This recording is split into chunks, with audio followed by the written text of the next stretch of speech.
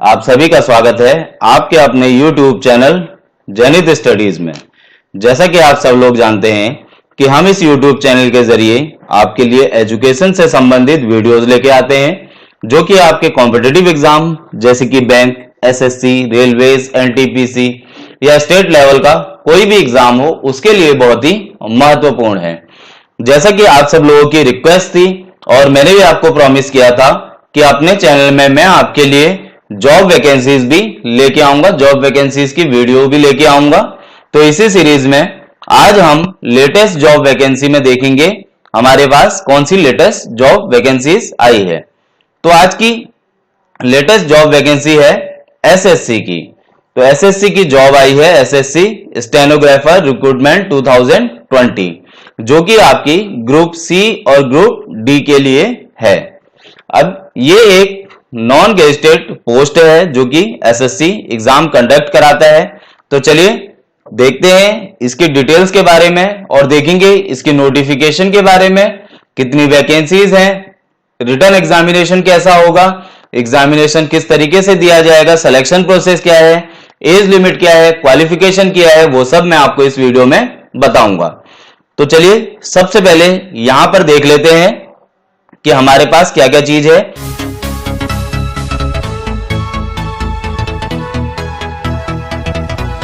तो सबसे पहले लास्ट डेट इसकी है 4 नवंबर 2020। तो आपका फॉर्म जो है 4 नवंबर 2020 तक फिलअप हो जाना चाहिए। और कब से ये स्टार्ट हो चुका है? ये आपका 10 अक्टूबर से स्टार्ट हो चुका है। आप अभी इस फॉर्म को भर सकते हैं। आपके पास बहुत ही अच्छी अपॉर्चुनिटी है गवर्नमेंट सेक्टर में जॉब प्राप्त करने की। तो चलिए और देखते हैं इसके बारे में और क्या क्या दिया गया है। यहां पर एप्लीकेशन फीस के बारे में दिया गया है। जनरल कैटेगरी के लिए ये 100 रुपीज होगी और वहीं पे SC, ST, PWD, वुमेन या ESM कैंडिडेट्स के लिए निल होगी। पेमेंट मोड आपका फीस का क्या होगा? SBI चालान या फिर आप नेट बैंकिंग भी इसमें कर सकते हैं। इंपॉर्टेंट डेट्स यहां पर कुछ दी गई हैं।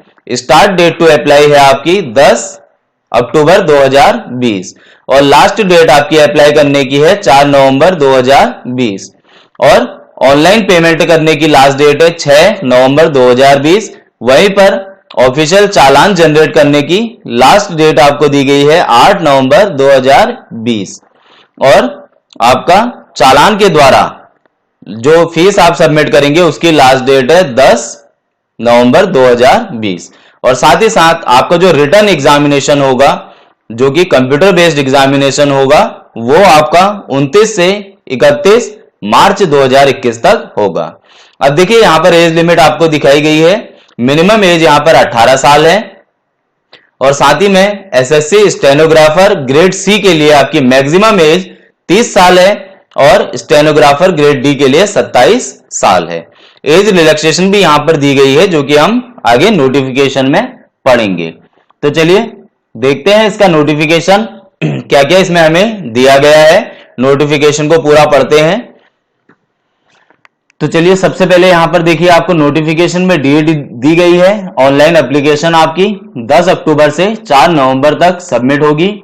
लास्ट डेट जो आपको दिया गया है एप्लीकेशन की वो है 4 नवंबर और ऑनलाइन फी पेमेंट देने की लास्ट डेट है 6 नवंबर और साथ ही साथ ऑफिशियल चालान जनरेट करने की डेट दी गई है आपको 8 नवंबर और ऑफिशियल चालान जमा करने की डेट दी गई है 10 नवंबर और कंप्यूटर बेस्ड एग्जामिनेशन आपका होगा 29 मार्च 2021 से 31/3/2021 तक।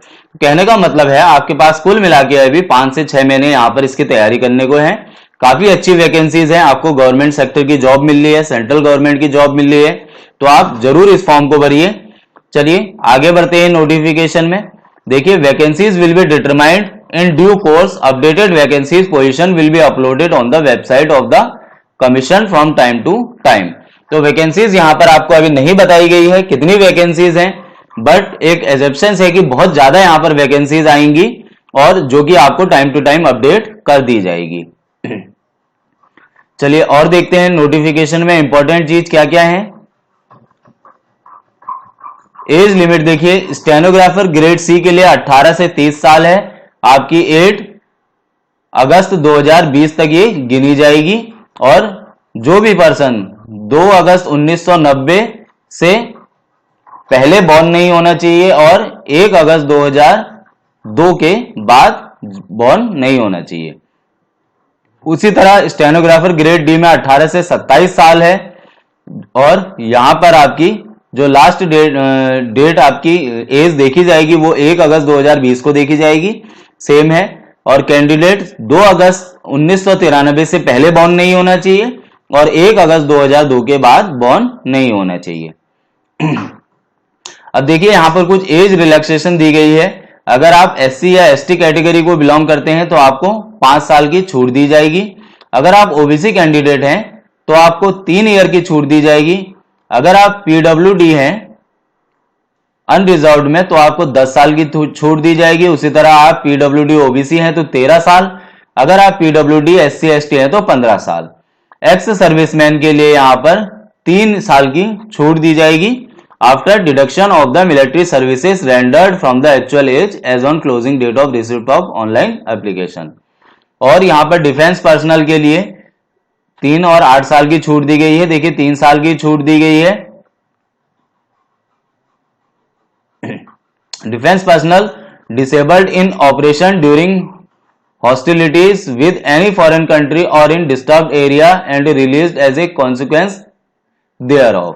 तो जो भी डिफेंस पर्सनल हैं जिनको जो है डिसेबल हो गए हैं, किसमें, ऑपरेशन करते टाइम कहां पर, फॉरेन कंट्रीज में या डिस्टर्ब्ड एरिया में, उनको 3 साल की छूट दी गई है। और उसी तरह जो एससी एसटी वाले हैं डिफेंस पर्सनल उनको 8 साल की छूट दी गई है। और साथ ही साथ यहां पर कुछ पोस्टों के लिए छूट भी दी गई है। किसके लिए, ग्रुप सी पोस्ट के लिए, सेंट्रल गवर्नमेंट सिविलियन एम्प्लॉइज के लिए यहां पर 40 साल की छूट दी गई है। जनरल वालों के लिए, एससी एसटी वालों के लिए 45 साल। अगर कोई विडोज है, डाइवोर्स वुमेन है या जुडिशली सेपरेटेड वुमेन है जो कि जिनकी रीमैरिज नहीं हुई है उनको 35 साल की छूट दी गई है। और वहीं पे अगर कोई विडो है, डाइवोर्स वुमेन है या जुडिशली नॉट सेपरेटेड वुमेन है, जुडिशली सेपरेटेड वुमेन है जो कि रिमैरिड नहीं हुई है और एससी एसटी कैटेगरी को बिलोंग करती है, उनको 40 साल की छूट दी गई है। चलिए देखते हैं और क्या क्या इसमें नोटिफिकेशन में आपको दिया गया है। चलिए एजुकेशन क्वालिफिकेशन की बात करते हैं। Candidate must have passed 12th standard और equivalent examination from a recognised board और यूनिवर्सिटी। तो जो भी कैंडिडेट्स हैं वो 12th पास होने चाहिए एक रिकॉग्नाइज यूनिवर्सिटी या बोर्ड से। अब देखिए यहाँ पर परसेंटेज की बात नहीं की गई है और ना ही कोई स्ट्रीम की बात की गई है। तो आप चाहे साइंस से बिलोंग करते हैं, आर्ट्स से बिलोंग करते हैं या कॉमर्स से बिलोंग करते हैं, उससे कोई फर्क नहीं पड़ता, आप 12th पास होने चाहिए। और साथ ही में परसेंटेज आपकी कितनी भी आए उससे कोई फर्क यहां पर नहीं पड़ता। चलिए ये देखिए सेंटर ऑफ एग्जामिनेशन दिए गए हैं अलग अलग स्टेट से रिलेटेड, ये आप देख लीजिएगा, आप अपने हिसाब से इसको भर लीजिएगा। और देखते हैं पेपर का मोड क्या है, पेपर किस तरीके का पेपर आएगा। पहला आपका कंप्यूटर बेस्ड एग्जामिनेशन होगा। देखिए इसमें 2 पेपर होंगे आपके। पहला आपका कंप्यूटर बेस्ड एग्जामिनेशन होगा जो कि 200 मार्क्स का होगा। यहां पर आपका जनरल इंटेलिजेंस और रीजनिंग आएगी 50 मार्क्स की, जिसके मार्क्स भी होंगे 50 और क्वेश्चंस भी होंगे 50। यहीं पर आपका जनरल अवेयरनेस पूछा जाएगा जिसमें 50 क्वेश्चंस होंगे 50 मार्क्स के। और साथ ही साथ इंग्लिश लैंग्वेज एंड कॉम्प्रिहेंशन पूछा जाएगा जिसमें 100 क्वेश्चंस होंगे आपके 100 मार्क्स के। और टोटल इनको सॉल्व करने के लिए आपको दिया जाएगा 2 घंटे। और वहीं पे कोई फिजिकली चैलेंज है जिसको स्क्राइब प्रोवाइड किया गया है तो उसको 40 मिनट का यहां पर एक्सटेंशन दिया जाएगा। तो इस तरह आपका 200 क्वेश्चंस होंगे और 200 मार्क्स के यहां पर क्वेश्चंस होंगे। क्वेश्चन पेपर आपका ऑब्जेक्टिव टाइप होगा, मल्टीपल चॉइस क्वेश्चंस होगा। और देखिए यहां पर 0.25 निगेटिव मार्किंग है एक गलत आंसर के लिए। और साथ ही साथ इसके बाद आपका ये देखिए यहां पर आपको पूरा कोर्स भी दिया गया है जनरल इंटेलिजेंस एंड रीजनिंग का।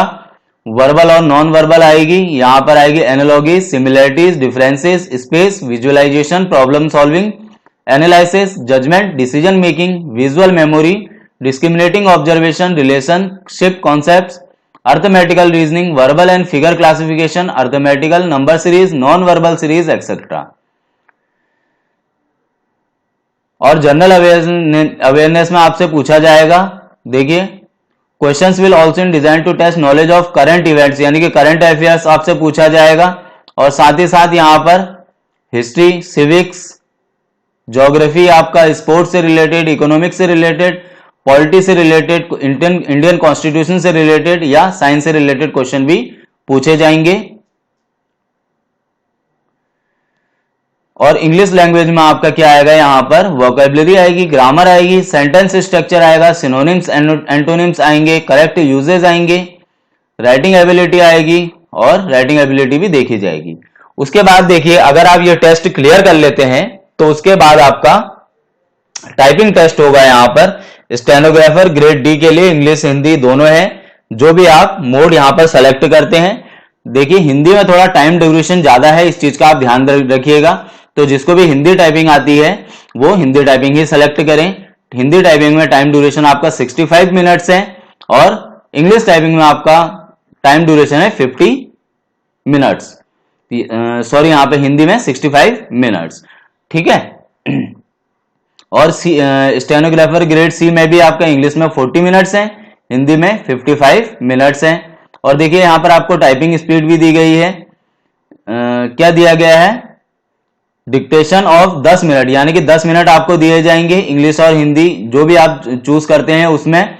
और 100 वर्ड्स पर मिनट होंगे आपके स्टेनोग्राफर ग्रेड सी में और 80 वर्ड्स पर मिनट होंगे आपके स्टेनोग्राफर ग्रेड डी में। तो इस तरीके से आपका यहां पर टाइपिंग का टेस्ट होगा। देखिए टाइपिंग के टेस्ट के लिए काफी आपको टाइम मिल रहा है, 5 महीने आपको मिल रहे हैं। जो प्रेजेंटली स्टेनोग्राफर की टाइपिंग सीख रहा है उनके लिए अच्छी अपॉर्चुनिटीज हैं।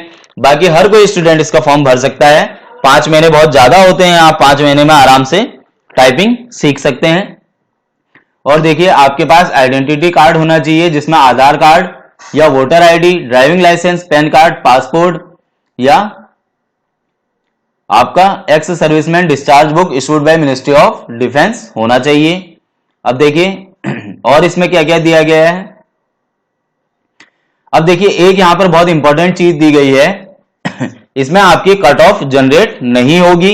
कहने का मतलब यह है कि आपको मिनिमम मार्क्स यहां पर पहले से दे दिए गए हैं कि इसमें कंप्यूटर बेस्ड जो आपका एग्जामिनेशन होगा 200 मार्क्स का, उसमें आपको मिनिमम क्वालिफिकेशन मार्क्स दे दिए गए हैं। कहने का मतलब देखिए आपका अनरिजर्व में 30% है, तो 200 का 30% हो गया आपका 60 नंबर। तो अगर आप 60 नंबर लेके आते हैं तो आप रिटर्न टेस्ट इसका क्वालिफाई कर लेते हैं।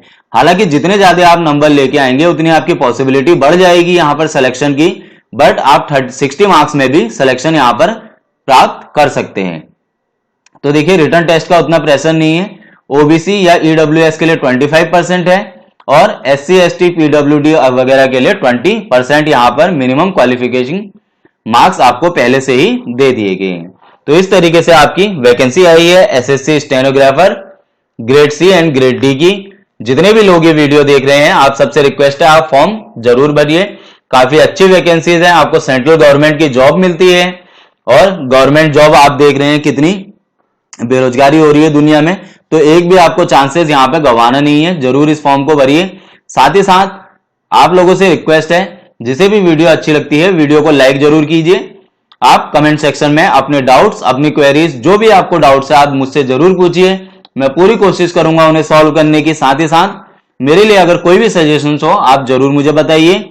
और जितने भी मेरे दोस्त भाई बहन हैं इस चैनल पर नए हैं, चैनल को सब्सक्राइब जरूर करिए और साथ ही साथ बेल आइकन प्रेस करिए ताकि हर गवर्नमेंट जॉब वैकेंसी का नोटिफिकेशन आपके पास टाइम टू टाइम पहुंचता रहे। और आप लोगों के लिए खुशखबरी भी है, 15 अक्टूबर से coaching institute all over India में ओपन होने जा रहे हैं। तो जो भी ऑफलाइन कोचिंग लेना चाहता है किसी भी कंपटीशन की, तो मैं लास्ट में आपको अपना व्हाट्सएप नंबर और एड्रेस दे दूंगा, आप विजिट करके या मुझे कॉल करके अपनी सीट बुक कर सकते हैं। और साथ ही साथ अपने जितने भी दोस्त हैं जो कि एजुकेशन फील्ड से रिलेटेड हैं, चाहे वो एकेडमिक हो चाहे वो कॉम्पिटिटिव हो, मेरी वीडियोस का लिंक उन्हें जरूर शेयर कीजिए ताकि उन्हें भी इसकी हेल्प मिल सके।